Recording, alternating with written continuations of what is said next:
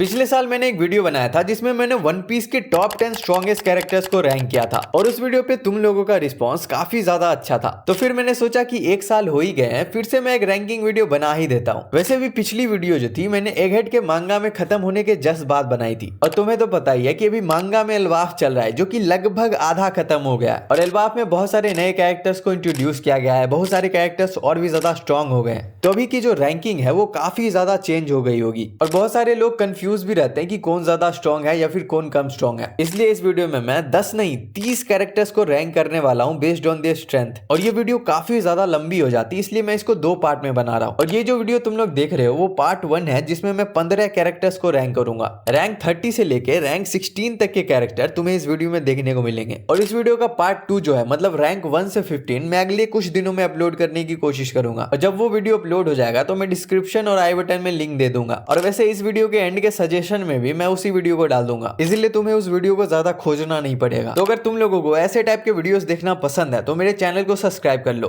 Bell icon भी दबा देना, पार्ट 2 बिल्कुल भी मिस मत करना और वीडियो पसंद आएगी तो वीडियो को हाइप कर देना जिससे मेरे जैसे स्मॉल क्रिएटर्स को हेल्प मिलती है। तो चलो हम लोग फाइनली वीडियो को शुरू करते हैं। सबसे पहले बात कर लेते हैं रूल्स की। पहला रूल ये है कि मैं इस वीडियो में उन्हीं कैरेक्टर्स को इंक्लूड करूंगा जो कि जिंदा है। जो कैरेक्टर्स मर चुके हैं या फिर प्रिज्यूम्ड डेड हैं उन कैरेक्टर्स को मैं इस लिस्ट में इंक्लूड नहीं करने वाला। सेकंड पॉइंट ये है कि मैं सारे कैरेक्टर्स को उनके पोर्ट्रेयल, फीट्स और नरेटिव में कैसे वो लोग फिट बैठते हैं उसके बेसिस पे जज करूंगा। फीट्स और पोर्ट्रेयल के बारे में ज्यादातर लोगों को पता होगा बट हम लोग स्टोरी के नरेटिव को भी यूज करेंगे कि प्लॉट के अकॉर्डिंग वो बंदा कितना ज्यादा स्ट्रॉन्ग या वीक हो सकता है। अगर किसी कैरेक्टर ने भी ज्यादा फीट्स नहीं दिखाए बट उसका स्टोरी में पोर्ट्रेयल अच्छा है या फिर नैरेटिव इंपॉर्टेंस ज्यादा है तो उस कैरेक्टर को हम लोग उसके बेसिस पे ही जज करेंगे। और थर्ड रूल ये है कि हम लोग current point of the story के बेसिस पे कैरेक्टर्स को रैंक करेंगे, मतलब अभी at this point of the story वो लोग कितना ज्यादा स्ट्रॉन्ग है। और अभी जब मैं ये वीडियो रिकॉर्ड कर रहा हूँ उस टाइम पे वन पीस के 1170 मांगा चैप्टर्स आ चुके हैं तो रैंकिंग जो है इसी बेसिस पे होने वाली है। अगर आगे आने वाले चैप्टर्स में कोई कैरेक्टर ने कुछ किया जो कि उसको बूस्ट करता है तो इसको लेके तुम लोग कमेंट में मत चिल्लाना कि भाई तूने ये इंक्लूड नहीं किया वो इंक्लूड नहीं किया। तो चलो अब सारी बातें हो गई है तो मैं रैंकिंग को शुरू करता हूँ। तो तुम लोग कुरकुरे और पानी लेके बैठना क्योंकि ये वीडियो लंबा भी जा सकता है। नंबर 30 पे आ रहा है सेंट किलिंगम जो कि one of the holy knights है जिसे हमें एल्बाफ में इंट्रोड्यूस किया गया है और इसने जो है एक mythical zone type devil fruit खाया हुआ है जिसका नाम है रियूरियोनोमी मॉडल किरिन और ये जो फ्रूट है इसको एक मिथिकल क्रीचर किरिन में ट्रांसफॉर्म होने देता है। और तुम्हें तो पता ही है कि mythical zone type devil fruit user के पास एक से ज्यादा भी एबिलिटी हो सकती है। किरिन की बहुत सारी एबिलिटीज को शायद ये एक्सेस कर सकता है बट इसकी जो पावर्स हमें स्टोरी में दिखाई गई है हम लोग उसकी बात करते हैं। किलिंगम जो है अपने डेविल फ्रूट की मदद से किसी को भी सुला सकता है और ये उनके सपने से फिजिकली चीजों को बाहर ला सकता है। अगर तुम्हारा सपना जो है वो अच्छा है तो ये अच्छी चीजों को भी बाहर ला सकता है बट अगर तुम लोग कोई डरावना सपना देख रहे हो जिसमें कोई ऐसी चीज है जिससे तुम्हें बहुत डर लगता है तो ये जो है तुम्हें सबसे ज्यादा डर जिससे लगता है उसको सपनों से निकाल के रियल वर्ल्ड में फिजिकली मैनिफेस्ट कर सकता है जो कि मेरे हिसाब से बहुत ज्यादा स्ट्रॉन्ग पावर है। हमने एल्बाफ आर्क में देखा है कि किलिंगम ने सारे बच्चों के नाइटमेयर्स को रियल वर्ल्ड में ला दिया है और इनका नाम नाइटमेयर मॉन्स्टर्स हैं जो कि काफी ज्यादा बड़े बड़े मॉन्स्टर्स हैं जो कि बच्चों के ड्रीम से आए हैं। ये सारे मॉन्स्टर्स जो हैं काफी ज्यादा बड़े हैं और उस चीज की एबिलिटी को भी पोजेस करते हैं जो कि वो है।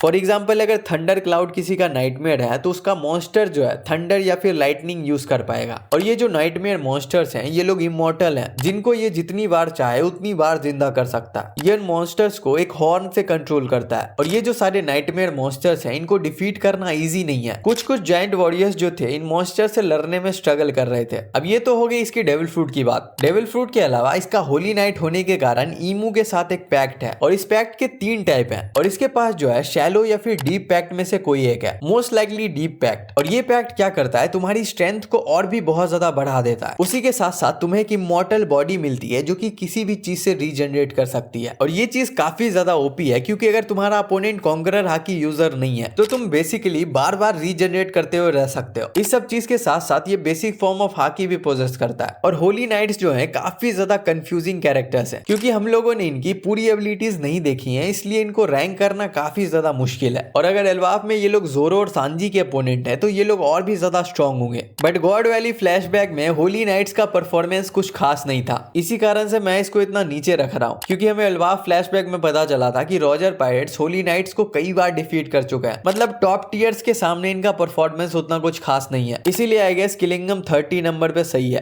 नंबर 29 पे आ रहा है होली नाइट्स का एक और मेंबर जो कि है सेंट सोमर्स। सोमर्स जो है शेफर्ड फैमिली से आता है जिससे जुपिटर भी बिलोंग करता है। इसके पास एक पेरिमीसिया टाइप डेविल फ्रूट है जिसका नाम है ईबा ईबा नुमी, जिसका इंग्लिश में मतलब होता है थॉर्न थॉर्न फ्रूट। ये जो है अपनी डेविल फ्रूट की पावर से कांटों को क्रिएट और कंट्रोल कर सकता है। ये कांटों को ये खुद पे भी लपेट सकता है जिससे कोई अगर और कैरेक्टर इसको मारने का ट्राई करे तो वो खुद ही हर्ट हो जाएगा। ये किसी के चारों तरफ इनविजिबल कांटे भी जनरेट कर सकता है। जैसा कि हम लोगों ने देखा था कि सोमर्स जो है एल्वाफ के बच्चे के अराउंड इनविजिबल कांटे जनरेट कर पा रहा था, और अगर कोई भी उन बच्चों को प्रोटेक्ट करने जा रहा था तो वो लोग खुद ही हर्ट हो जा रहे थे। और ये काफी बड़े स्केल पे कांटों को जनरेट कर सकता है, जहां पे ये चाहे तो ये पूरे बैटल फील्ड में कांटे ही कांटे बिछा सकता है। कांटों का ये बैरियर बना सकता है, कांटों से ये अटैक कर सकता है, बहुत सारी चीजें कर सकता है। और होली नाइट होने के कारण इसका भी ईमू के साथ पैक्ट है जिसके कारण इसको इमोर्टैलिटी और रीजन की पावर मिली हुई है। और ये आर्मामेंट हाकी और ऑब्जर्वेशन हाकी भी यूज करना जानता है। बट अभी तक के स्टोरी में हम लोगों ने सोमर्स को सिर्फ हारते हुए देखा है। कभी से रेलिग हरा रहा है, कभी से गबान हरा रहा है, और सिर्फ सोमर्स ही नहीं और भी 2-3 होली नाइट्स हैं जिसे गॉड वैली में हारते हुए दिखाया गया है। गॉड वैली को देख के तो ऐसा लग रहा था कि ये लोग बस रीजनरेशन पे डिपेंड करते हैं, बाकी इनको कोई भी हरा के जा सकता है। बट आई थिंक वो चेंज हो चुका है। एल्वाफ में सोमर्स ने अभी तक कुछ ज्यादा तो नहीं किया है, बट इसकी सारी पावर्स को कंबाइन कर दो तो ये भी काफी स्ट्रॉन्ग हो जाता है। नंबर 28 पे एक और होली नाइट है जो कि है गुंको। गुंको जो है मैनमेयर फैमिली से बिलोंग करती है और इसने एक पेरिमीशिया टाइप डेविल फ्रूट एरो एरोनोमी खाया हुआ है, जिसकी मदद से ये बैंडेज जैसी दिखने वाली पट्टी जो कि एरो के शेप में है उसको क्रिएट और कंट्रोल कर सकती है। ये किसी पे अटैक करने के लिए एरोस का यूज कर सकती है, किसी को बांधने के लिए एरोस का यूज कर सकती है, इवन फास्ट स्पीड पर ट्रेवल करने के लिए भी ये एरोस का यूज कर सकती है। जैसा कि हम लोगों ने देखा था कि गब्बान के सामने ये अपने एरो पे बैठ के कितनी तेजी से कोलन के पास पहुंच गई थी। और इसका जो एरोस से अटैक करने का तरीका है वो भी थोड़ा यूनिक है। ये अपने हाथ या पैर से एरोस जनरेट करती है जो कि एक पाथ में जाते हैं, और ये जो पाथ है इसके अगले अटैक को दिखाता है। फॉर एग्जांपल अगर एरो आगे जाके लेफ्ट घूम गया तो उसी डायरेक्शन में ये अटैक करेगी, और अगर ये जिस डायरेक्शन में एरो जा रहा है उसी डायरेक्शन में अगर अटैक करती है तो इसका अटैक जो है बहुत ज्यादा एक्सेलरेट हो जाता है, और इस स्पीड बूस्ट के कारण इसका अटैक जो है और भी ज्यादा इफेक्टिव हो जाता है। एल्बाफ में लोकी पे भी गुंको ने ऐसे ही अटैक किया था, और यही सेम पावर्स की मदद से ये अपोनेंट के अटैक्स का भी डायरेक्शन चेंज कर सकती है। ये जो है अगर किसी पे अटैक करने वाली होती है तो एरोस के जरिए एक तरह से पहले ही अनाउंस कर देती है कि मेरा अटैक इधर से आने वाला है, बट ये उस डायरेक्शन को चेंज भी कर सकती है। काफी अच्छा डेविल फ्रूट है, बहुत ज्यादा वर्सेटाइल है, बहुत सारी चीजों में यूज किया जा सकता है। अभी तक तो पोर्ट्रेल के हिसाब से शैमरॉक के अलावा एल्बाफ पे आने वाले सभी होली नाइट्स में सबसे ज्यादा स्ट्रॉन्ग जो है यही लग रही है। इसने जिम्बे और ब्रुक को काफी इजिली हरा के बांध दिया था, जो कि वीक नहीं है बिल्कुल भी, तो ये चीज जो है गुंको की पावर को शो करती है। इन सारी चीजों के अलावा सारे होली नाइट्स की तरह ही गुंको के पास भी इमोर्टैलिटी और रीजनरेशन की पावर है। ईमो के साथ पैक्ट के कारण इसको ये सब पावर मिली है, बट आई थिंक जब तक हम लोग होली नाइट से कुछ ज्यादा देख नहीं लेते हैं ये तीनों पोजीशन होली नाइट्स के लिए सही है। नंबर 27 पे आ रही है पायरेट इंप्रेस बोआ हैनकॉक। बोआ हैनकॉक जो है कूजा पायरेट्स को लीड करती है, और मेरे हिसाब से अभी तक के कूजा पायरेट्स के हिस्ट्री में बोआ हैनकॉक जो है सबसे स्ट्रॉन्गेस्ट कैप्टन है। मरीन फोर्ड में हैनकॉक जो है इजिली सबसे लड़ पा रही थी, एक एक किक से ये पैसिफिस्टा डाउन किए जा रही थी। और ब्लैक बियर्ड जो कि वन ऑफ द 4 एम्प्रेस है, जब बोआ हैनकॉक का फ्रूट लेने गया था तो वो भी बोआ हैनकॉक से लड़ने में बहुत ज्यादा अलर्ट था, क्योंकि उसको पता है कि बोआ हैनकॉक जो है किसी को भी स्टोन बना सकती है। बोआ हैनकॉक ने एक पेरेमिशिया टाइप डेविल फ्रूट मेरो मेरो नोमी खाया हुआ है, जिसकी मदद से ये किसी भी पर्सन को स्टोन बना सकती है, बट इसका कंडीशन ये है कि उस पर्सन को बोआ हैनकॉक को देख के कोई भी फीलिंग आनी चाहिए। अगर उसके मन में बोआ हैनकॉक को देख के कोई भी अच्छी फीलिंग आई तो बोआ हैनकॉक उसको स्टोन में कन्वर्ट कर सकती है। और जब ब्लैक बियर्ड इसका फ्रूट लेने आया था तो इसने कई ब्लैक बियर्ड पायरेट्स को स्टोन बना दिया था, जिसमें एम्पल डाउन के लेवल 6 प्रिजनर्स भी थे। कुल मिला के बात यह है कि बोआ का जो फ्रूट है काफी ज्यादा ओवर पावर्ड है। डेविल फ्रूट के अलावा ये तीनों टाइप की हाकी भी पोजेस करती है, बट कॉन्करस हाकी का इन्फ्यूजन हमने इसे कभी यूज करते हुए नहीं देखा है। और अगर तुम्हें पता नहीं है कि इन्फ्यूजन क्या है तो तुम लोग मेरा ये वाला वीडियो जाके देख सकते हो, जिसमें मैंने हाकी को अच्छे से समझाया। और अगर Boa Hancock conqueror haki infusion use करना शुरू कर दे तो इस रैंकिंग में और भी ज्यादा ऊपर जा सकती है। नंबर 26 पे आ रहा है former warlord of the C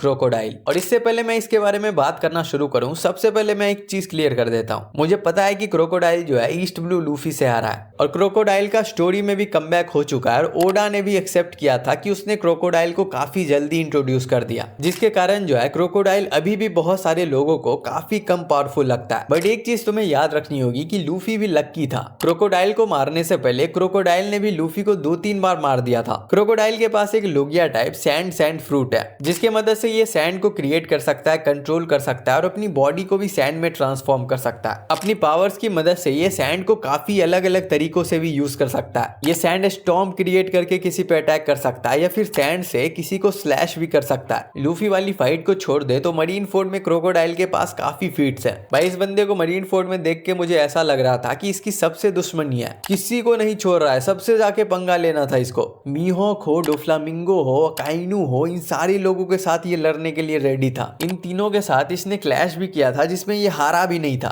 literally इसको कोई परवाह नहीं था कि इसके सामने अपोनेंट कौन है, इसको तो भाई बस लड़ना था। एंड आई थिंक ओडा ने मरीन फोर्ड में काफी अच्छा काम किया है क्रोकोडाइल का ट्रू पोटेंशियल दिखाने का। ऊपर से वॉरलॉर्ड सिस्टम खत्म होने के बाद इसकी बाउंटी 1.9 बिलियन रखी गई है। ऑब्वियसली ज्यादा बाउंटी का मतलब ज्यादा स्ट्रेंथ नहीं होता है। इसकी बाउंटी इसलिए भी इतनी ज्यादा हाई है क्योंकि ये बहुत ज्यादा स्मार्ट है, ऑर्गेनाइजेशन रन करने आता है इसको। बट हम लोग ये डिनाई नहीं कर सकते कि उसकी बाउंटी का एक मेजर पार्ट स्ट्रेंथ के कारण भी आता है। ऊपर से अब ये स्टोरी में एक योंको कमांडर की पोजीशन होल्ड करता है। एंड आई थिंक तुम्हारे नॉर्मल योंको कमांडर के कंपैरिजन में ये थोड़ा ज्यादा स्ट्रॉन्ग है, इसीलिए क्रोकोडाइल भी इस लिस्ट पे जगह डिजर्व करता है। नंबर 25 पे आ रहा है वन पीस का one of the most disrespected character, Eustass captain Kid. Luffy की तरह किड जो है वो भी वर्स्ट जनरेशन का पार्ट है, बट इसको लूफी जितनी इज्जत नहीं मिलती है। और इसका सिंपल सा ये रीजन है क्योंकि ये शैंक से एकदम बुरी तरीके से हार गया था। बट वो सब चीज देख के तुम लोग इसको अंडर एस्टिमेट करने की कोशिश मत करना। किड जो है एक्चुअली में अच्छा खासा स्ट्रॉन्ग है और ये बंदा जो है डेफिनेशन है ऑन साइट का। तुम कोई भी हो, कहां से भी हो, आ जाओ भिड़ लो। Send me a message like location, I'm gonna come. Kid जो है कभी फाइट से पीछे नहीं हटेगा। अब बात कर लेते हैं किड के पावर्स की। तो किड ने एक जीका फ्रूट खाया हुआ है जो कि किड को मैग्नेटिक फील्ड को कंट्रोल करने देता है। इसकी मदद से ये मेटल्स को कंट्रोल कर सकता है, उससे काफी चीजें बना सकता है, वेपन्स वगैरह। और ये वन पीस में उन कुछ लोगों में से है जिसने अपना फ्रूट एक्चुअली में अवेकन किया है। और अवेकनिंग के कारण ये जो अपनी मैग्नेटिक पावर है उसको किसी नॉन मैग्नेटिक चीजों पर भी डाल सकता है और फिर वो उस चीज को भी कंट्रोल कर सकता है। जैसे कि हमने वानो में देखा था कि इसने बिग मॉम को मैग्नेटिक बना दिया था। फीट्स की बात करें तो इसके फीट्स भी काफी अच्छे हैं। वानो में ये बिग मॉम को काफी अच्छी फाइट दे रहा था, जहां पे कुछ मोमेंट में तो ये बिग मॉम के साथ 1v1 भी कर रहा था और उस 1v1 में ये बिग मॉम को ओवर पावर भी कर पाया था। और फाइनली इसने लॉ के साथ मिलकर बिग मॉम को डिफीट भी किया। बिग मॉम कितनी ज्यादा ड्यूरेबल है तुम लोग को पता ही है, बट फिर भी ये कई इंस्टेंस पे बिग मॉम को डैमेज कर पा रहा था। सभी टाइप की हाकी है इसके पास, ऑल्दो कॉन्करस हाकी का इन्फ्यूजन ये अभी तक यूज नहीं कर पाता है। और अगर ये शैंक्स के अटैक के बाद जिंदा है, जो कि मुझे लग रहा है ये है, तो हो सकता है जब ये अपना कमबैक करेगा तो कॉन्करर हाकी इन्फ्यूजन यूज करना सीखेगा। नंबर 24 पे आ रहा है टोराफरगार D water law.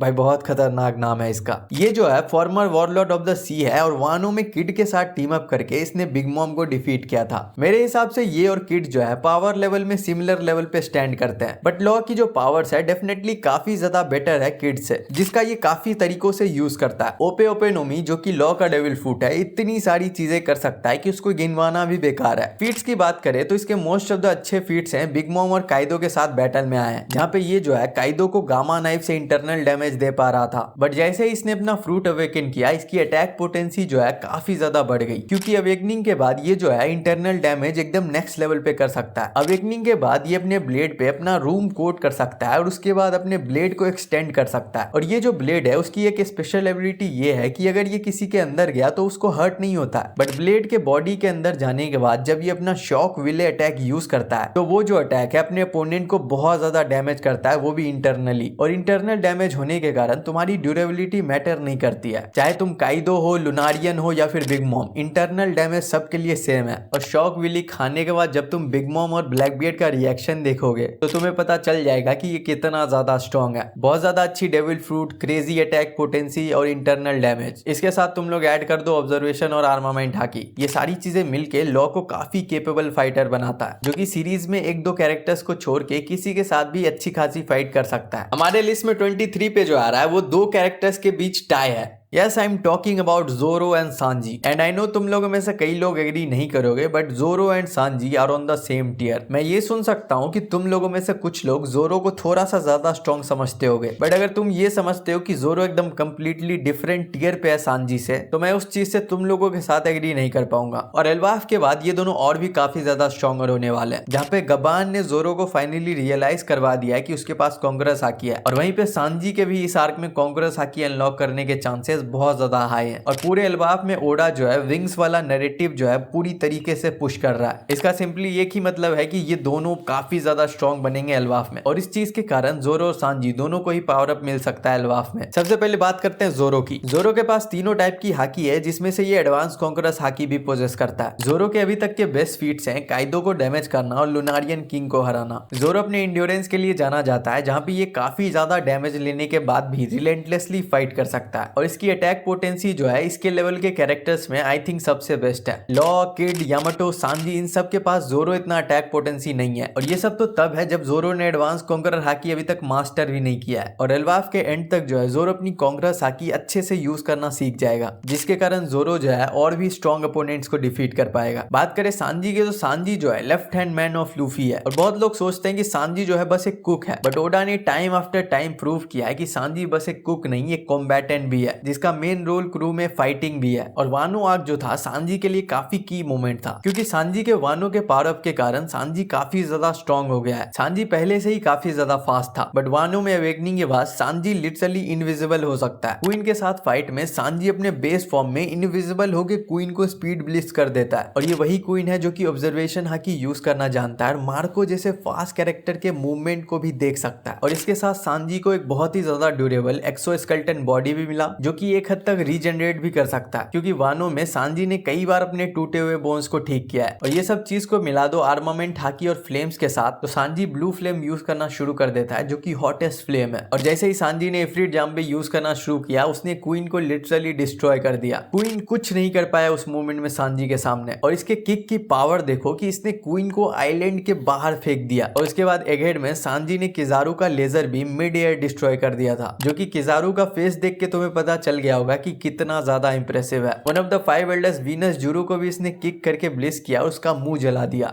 Armament hockey और ऑब्जर्वेशन हाकी सांजी पोजेस करता है। अभी तक सांजी के पास कांग्रेस हाकी नहीं है, बट आई थिंक वो भी जल्दी आने वाला है। बट कांग्रेस हाकी के ना होने के बाद भी इसकी अटैक पोटेंसी जो है काफी ज्यादा अच्छी है, और एल्बाफ में अगर इसको पावर अप मिला तो ये और भी काफी ज्यादा स्ट्रॉन्ग हो जाएगा। नंबर 22 पे आ रहा है काइदो का बेटा यामाटो। काइदो के जीन्स के कारण इसकी बॉडी जो है काफी ज्यादा स्ट्रॉन्ग और ड्यूरेबल है, और इसने एक mythical zone type devil fruit खाया हुआ है, जिसका नाम है इनु इनो नोमी मॉडल मकामी। ये जो डेविल फ्रूट है यामाटो को एक वुल्फ में ट्रांसफॉर्म होने देता है, जिसके पास कई सारी मिथिकल एबिलिटीज हैं, जैसे कि आइस रिलेटेड पावर्स। तीनों ही टाइप की हाकी पोजेस करती है ये, जिसमें ये एडवांस कॉन्करर हाकी भी यूज करना जानती है। और इसी चीज के कारण जो है ये काइदो से भी कुछ टाइम के लिए फाइट कर पा रही थी। उसके बाद जब ग्रीनवुल वानो में आता है तो उस पर भी ये अटैक करती है, और लूफी जो है यामाटो की स्ट्रेंथ पे ट्रस्ट करता है कि यामाटो वानो को प्रोटेक्ट कर सकती है। यामाटो के बहुत ज्यादा फाइट नहीं है, इसलिए इसके पास बहुत ज्यादा फीट्स भी नहीं है, बट अगर तुम काइदो के साथ कुछ टाइम के लिए फाइट कर सकते हो तो तुम काफी ज्यादा स्ट्रॉन्ग हो। मोस्ट ऑफ द योंको कमांडर्स को ये डेफिनेटली बीट कर सकती है। हमारे लिस्ट पे नंबर 21 पे आ रहा है साबो। ड्रैगन के बाद साबो जो है रेवोल्यूशनरी आर्मी का सेकंड इन कमांड है, और इसको फ्लेम एम्परर के नाम से पूरे वन पीस वर्ल्ड में जाना जाता है। हमने ड्रेसरोजा में देखा था कि साबो जो है फुजिटोरा के साथ इक्वल फुटिंग पे फाइट कर पा रहा है। ऑल्दो उस टाइम पे फुजिटोरा कितना ज्यादा सीरियस था वो हमें नहीं पता, क्योंकि उसको भी चाहिए था कि लूफी डोफ्लामिंगो को हरा दे, बट आई स्टिल थिंक साबो एक एडमायरल से लड़ने लायक स्ट्रॉन्ग है। फ्लेम फ्रूट खाने से पहले ही साबो काफी ज्यादा स्ट्रॉन्ग था, और साबो इतना ज्यादा स्ट्रॉन्ग इसलिए था क्योंकि वो ड्रैगन और कुमा के अंडर ट्रेनिंग करता था, और इस चीज के कारण इसकी आर्मामेंट हाकी मास्टरी काफी ज्यादा अच्छी है। साबो ड्रैगन क्लॉ नाम की एक टेक्निक यूज करता है, जो कि काफी बड़े बड़े स्ट्रक्चर्स को इजिली डिस्ट्रॉय कर सकता है। एंड आई थिंक ये टेक्निक जो है साबो को काफी ज्यादा केपेबल बनाती है कॉम्बैट में। उसके ऊपर तुम लोग साबो का फ्लेम फ्रूट ऐड कर दो, ये दोनों चीज साथ मिलके साबो को काफी ज्यादा स्ट्रॉन्ग फाइटर बनाती है। और साबो ने इस चीज का झलक भी हमें दिखा दिया था, जहां पे ड्रेसरोजा में ही साबो ने जीसस बर्जेस को काफी इजीली हरा दिया था। बर्जेस के फेस को साबो ने ऐसा जलाया है कि वो अभी तक मास्क लगा के घूमता है। स्टोरी में भी इसका काफी ज्यादा इंपॉर्टेंस है, जहां पे रेवोल्यूशनरी आर्मी का सेकंड इन कमांड होने के बाद ये लूफी का भाई भी है। अभी तक हमें एक्चुअली पता नहीं है कि ड्रैगन कितना ज्यादा स्ट्रॉन्ग है, बट सारी चीजें एक ही तरफ इशारा कर रही है कि ड्रैगन एक पावर हाउस है, और ड्रैगन अगर उतना ज्यादा स्ट्रॉन्ग है है तो उसका नंबर 2 भी स्ट्रांग होगा ही। आगे जाके साबो में एक्शन में दिख सकता है जहाँ पे ये होली नाइट या फिर एक एल्डर से भी फाइट करे, और इस चीज के कारण इसके भी कॉन्करस हाकी अवेकन करने के चांसेस काफी ज्यादा है। अगर तुम लोगों ने मेरा ये वीडियो नहीं देखा है जहाँ पे मैंने बताया है कि कौन कौन से कैरेक्टर्स आगे चल के कॉन्करस हाकी अवेकन कर सकते हैं, तो तुम लोग जाके देख सकते हो। उसमें साबो भी है, और साबो ने तो 5 एल्डर्स यहाँ तक कि ईमू का रियल फॉर्म भी देखा हुआ है, और मुझे अभी तक यकीन नहीं हो रहा है कि साबो वहां से बच के भागा कैसे। अब हमारी लिस्ट में नंबर 20 पे आ रहा है डार्क किंग रेली। रेली रॉजर का राइट हैंड मैन है और इस एज में भी काफी ज्यादा स्ट्रॉन्ग है। ये तीनों टाइप की हाकी पोजेस करता है, जहाँ पे हमने इसे एडवांस आर्मामेंट हाकी यूज करते भी देखा है। रेली किजारू जैसे एडमायरल को रोक के रख सकता है, ऑल्दो वो किजारू को कम्प्लीटली हरा नहीं पाए बट स्टॉल कर सकता है। यहाँ तक कि ब्लैक बियर्ड जो कि एक योंको है उसको भी पता है कि रेली के साथ एक्टिवली कॉम्बैट में एंगेज करना अच्छा डिसीजन नहीं है, ऑल्दो रेली खुद एक्सेप्ट करता है कि वो अपने प्राइम में नहीं है और ब्लैक बियर्ड उसको हरा सकता है। एंड अकॉर्डिंग टू मी रेली के अपने ओल्ड एज में होने के बावजूद जोरो, यामाटो, सांजी इन सब कैरेक्टर से स्ट्रॉन्ग है, और इसका सिंपल सा रीजन ये है कि रेली एक हाकी मास्टर है जिसने अपने पूरी लाइफ हाकी यूज की और उसको हाकी के बारे में ऑलमोस्ट सब चीज पता है। इसके साथ साथ इतना टाइम एक्टिव पायरेट रहने के कारण ये काफी ज्यादा स्ट्रॉन्ग अपोनेंट्स के भी साथ लड़ा होगा, जो इसे बहुत ज्यादा एक्सपीरियंस फाइटर बनाती है, और ये एक्सपीरियंस जो है इसको बैटल में हेल्प करता है। ऑल्दो रेली गोल्ड हो चुका है but he still no joke, वो अभी भी बहुत ज्यादा स्ट्रॉन्ग कैरेक्टर्स के साथ फाइट करके उनको हरा सकता है। नंबर 19 पे आ रहा है स्कॉपर माउंटेन ईटर गबान, और ये चीज तुम लोगों में से बहुत ज्यादा लोगों को सरप्राइजिंग लग सकती है कि भाई स्कॉपर गबान रेली से ऊपर कैसे आ रहा है, और उसका जवाब मैं दूंगा, बट तुम लोग पहले ये समझ लो कि यहाँ पे मैं ओल्ड गबान की बात कर रहा हूँ। अब बात करते हैं मेरे क्या रीजंस हैं गबान को रेलिक के ऊपर रखने के, और सबसे पहली चीज तो ये है कि रेलिक खुद ही रीजन है। रेलिक जो है अपना शांत जीवन जीना पसंद करता है जहाँ पे कोई उसको बॉदर ना करे, इसीलिए वो शबाउदी पे जाके शैक्की के साथ सेटल हो गया, और वहाँ पे वो अपना मोस्ट ऑफ द टाइम दारू पीने में और जुआ खेलने में बर्बाद करता है, और रेलिक को वहाँ पे परेशान करने वाला कोई है भी नहीं, क्योंकि हमने शबाउदी आर्क में देखा कि रिसेंटली ही मरीन्स लोगों को खबर लगी है कि रेलिक यहीं आसपास रहता है, और इसके बाद भी गाप ने मरीन्स लोगों को रेलिक को कैप्चर करने से मना कर दिया, और इसी कारण से रेलिक जो है अपना मस्त लाइफ शांति से जी रहा है। और वहीं पे हम लोग बात करें गबान की, तो गबान तो सबसे पहले जाके न्यू वर्ल्ड में सेटल ही हुआ, और न्यू वर्ल्ड जो है ऑलरेडी शबाउदी से बहुत ज्यादा खतरनाक है। ऊपर से गबान सीधे वॉरलैंड यानी कि एल्वाफ में जाके सेटल हुआ है, जहाँ का सीन तो तुम्हें पता ही है कि वहाँ पे कितने ज्यादा वॉरियर्स हैं। डोरी और ब्रॉगी एक छोटे से रीजन के कारण अपना डुअल स्टार्ट करते हैं, और वो लोग 100 साल तक लड़ते रहते हैं। तो सोच लो तुम लोग एल्वाफ के लोग कितने ज्यादा सीरियस है फाइटिंग को लेके, एंड ऑब्वियसली वहाँ पे बहुत ज्यादा जाइंट्स होंगे जो कि गबान के साथ अपना स्ट्रेंथ आजमाना चाहेंगे। हमें एक SBS में पता चला था कि गबान जो है नेविगेटर है रॉजर्स के क्रू का,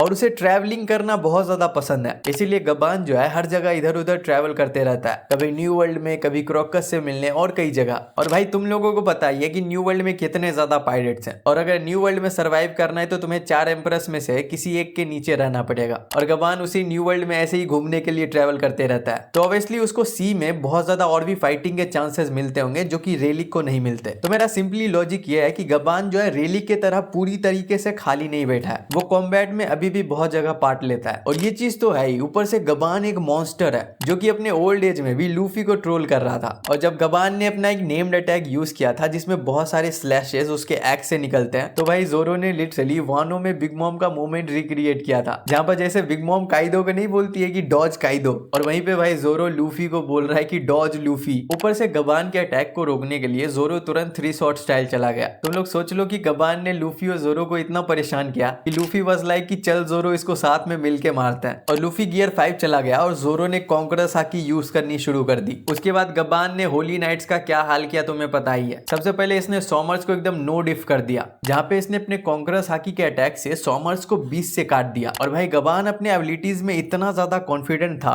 कि उसको पता था कि अगर होली नाइट्स वाले बच्चों को बीच में ना लाए तो वो अभी के अभी एल्बाफ में जितना भी ज्यादा केओस फैला हुआ है होली नाइट्स के कारण वो सब खत्म कर सकता है, वो भी अकेले सारे होली नाइट्स को डिफीट करके। बट अनफॉर्चुनेटली ऐसा होता नहीं है, क्योंकि गुंको गबान के बच्चे को पकड़ के उसको धमकी देती है, जिसके कारण गबान को गिव अप करना पड़ता है। नहीं तो स्टोरी में वहां पे इंप्लाइड है कि गबान अकेले वहां पे सबको देख सकता था। उसके बाद रिसेंट के चैप्टर्स को देख के गबान का लेवल थोड़ा और अप हो गया मेरे नजर में, क्योंकि गबान जो है शैंक्स के साथ मिलके हेराल्ड से लड़ रहा था, और ये वही हेराल्ड है जो कि रॉक्स के साथ इक्वल फुटिंग पे फाइट कर सकता है। और ऊपर से ईमू ने हेराल्ड को और भी ज्यादा स्ट्रॉन्ग बना दिया था और उसका माइंड भी कंट्रोल कर रहा था, और गबान जो है हेराल्ड के साथ काफी इजीली फाइट कर पा रहा था। जहां पे एक पैनल में उसने शैंक्स के साथ मिलके एक अटैक यूज किया जो कि हेराल्ड का पैर ही काट देता है। एट दी एंड शैंक्स और गबान हेराल्ड को कंप्लीटली हरा नहीं पाए, क्योंकि उन लोगों को पता था कि हेराल्ड को लोकी ही डिफीट कर सकता है, और ऐसा ही हुआ, लोकी ने एक लेजेंडरी डेविल फ्रूट खाया जिसके कारण वो हेराल्ड को डैमेज कर पा रहा था। But at the and Herald जो है अपने सेंसेस पे वापस आ गया था और उसने लोकी को बोला कि तुम मुझे जल्दी फिनिश कर दो,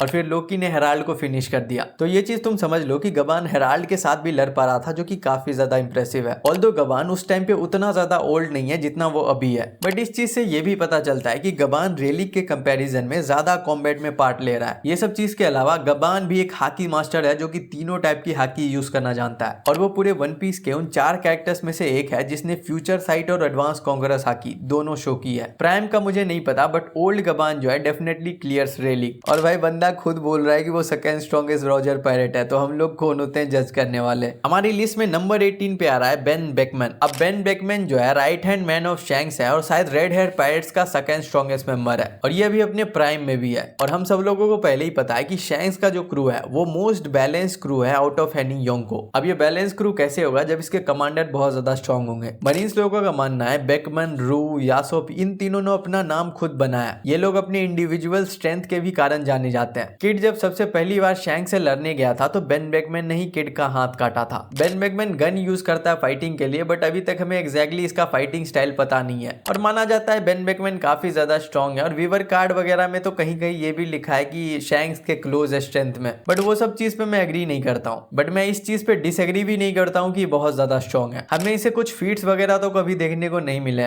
बट रिसेंटली हमने मांगा में देखा कि यासोप ने अपने एक बुलेट से बार्थोलोमेओ का पूरा शिप उड़ा दिया, तो बेन बेकमैन उससे तो बेटर ही होगा। सिर्फ पोर्ट्रियल और नरेटिव के बेसिस पे मैं बेन बेकमैन को इतना ज्यादा हाई रैंक कर रहा हूँ। बाकी हमें जल्दी फीट्स वगैरह देखने को मिल जाएंगे। हमारी लिस्ट में नंबर 17 पे आ रहा है green bull. Green bull one of the current admiral है जो कि 2 ईयर टाइम स्किप के दौरान नेवी में ज्वाइन हुआ था, और बस इसका पोजीशन से ही तुम्हें पता चल जाना चाहिए कि ग्रीन बुल काफी ज्यादा स्ट्रॉन्ग है। इसने एक लोगिया टाइप डेविल फ्रूट मोरी मोरी नोमी खाया हुआ है जो कि इसे ट्रीज, प्लांट्स ये सब को क्रिएट और कंट्रोल करने की एबिलिटी देती है। ये अपने खुद के बॉडी को भी ट्रीज वगैरह में ट्रांसफॉर्म कर सकता है। इस फ्रूट के कारण इसकी ड्यूरेबिलिटी जो है काफी ज्यादा बढ़ जाती है, जहां पे यामाटो के एडवांस कॉन्करर हाकी अटैक का भी इस पे ज्यादा कुछ असर नहीं होता है। ड्यूरेबिलिटी के अलावा इसके पास रीजनरेशन भी है। नॉन हाकी अटैक से ये पूरी तरीके से रीजनरेट कर सकता है। इसी के साथ साथ ऑब्जर्वेशन हाकी और आर्मामेंट हाकी भी ये पोजेस करता है, और हमने वानो में देख रखा है कि इसने किंग, क्वीन और अकाज़ाया 9 इन सबको कितनी इजीली डिफीट कर दिया। वहां पे बस यामाटो ही ग्रीन बुल के साथ एक तरह से फाइट भी कर सकती थी, बट आई डोंट थिंक वो भी ग्रीन बुल से जीतने वाली थी। बट हमें तो पता ही फाइनली ग्रीन बुल वानो से गया कैसे। शैंक्स की हाकी के कारण फाइनली ग्रीन बुल वानो से जाने के लिए रेडी हुआ, और भाई इस चीज के लिए लोग इसको कितना डिसरिस्पेक्ट करते हैं मैं क्या बोलूं। भाई कोई भी बंदा जिसका दिमाग थोड़ा सा भी सही है वो शैंक्स और उसके क्रू से नहीं लड़ना चाहेगा, और वहां पे ऑलरेडी एक योंगो क्रू वानो में बैठा हुआ है, तो भाई वहां से बच के निकलना ही काफी ज्यादा अच्छा है। बट आजकल लोग स्टोरी से ज्यादा ऑरा पे फोकस करते हैं, तो वो लोग तो डिसरिस्पेक्ट करेंगे ही। एक चीज और, वानो के ऑफिशियल कलरिंग में इसके पास ब्लैक ब्लेड दिखाया गया, और ये भी चीज इसको काफी ज्यादा स्ट्रॉन्ग बना सकती है, बट अभी तक कोई कंफर्मेशन नहीं है, इसलिए मैं ये चीज इंक्लूड नहीं करूंगा। जो भी हो, ग्रीन बुल एक अच्छा खासा स्ट्रॉन्ग कैरेक्टर है जिसको हराने के लिए तुम्हें योंको को बुलाना पड़ेगा, क्योंकि कमांडर से तो ये नहीं हारने वाला। मे बी रेलिक और गवान इसके लिए डिफिकल्टी क्रिएट कर सकता है, but I still think green bull जो अपने प्राइम में है उन दोनों ओल्ड जेन से ज्यादा स्ट्रॉन्ग है। हमारे लिस्ट में नंबर 16 पे आ रहा है ब्लाइंड स्वॉर्ड्समैन यानी कि फुजिटोरा।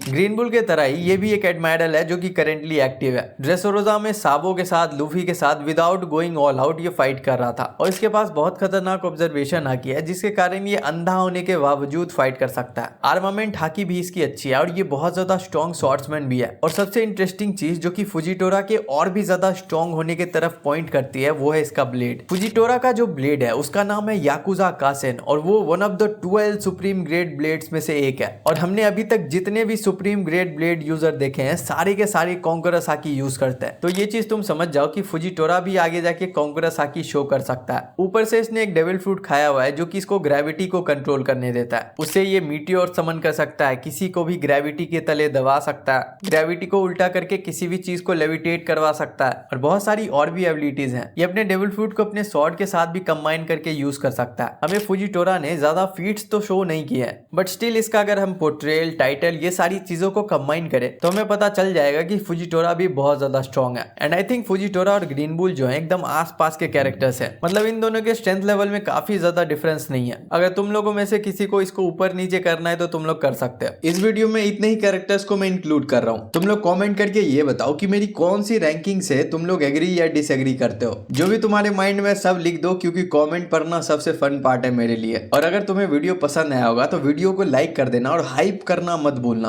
क्योंकि अगर तुम वीडियो को हाइप करोगे तो यूट्यूब जो है इस वीडियो को और भी ज्यादा पुश करेगा। और सब्सक्राइब करके नोटिफिकेशन इनेबल कर लेना, क्योंकि पार्ट 2 तुम मिस नहीं करना चाहोगे। इस वीडियो के लिए इतना ही। See you in the next one.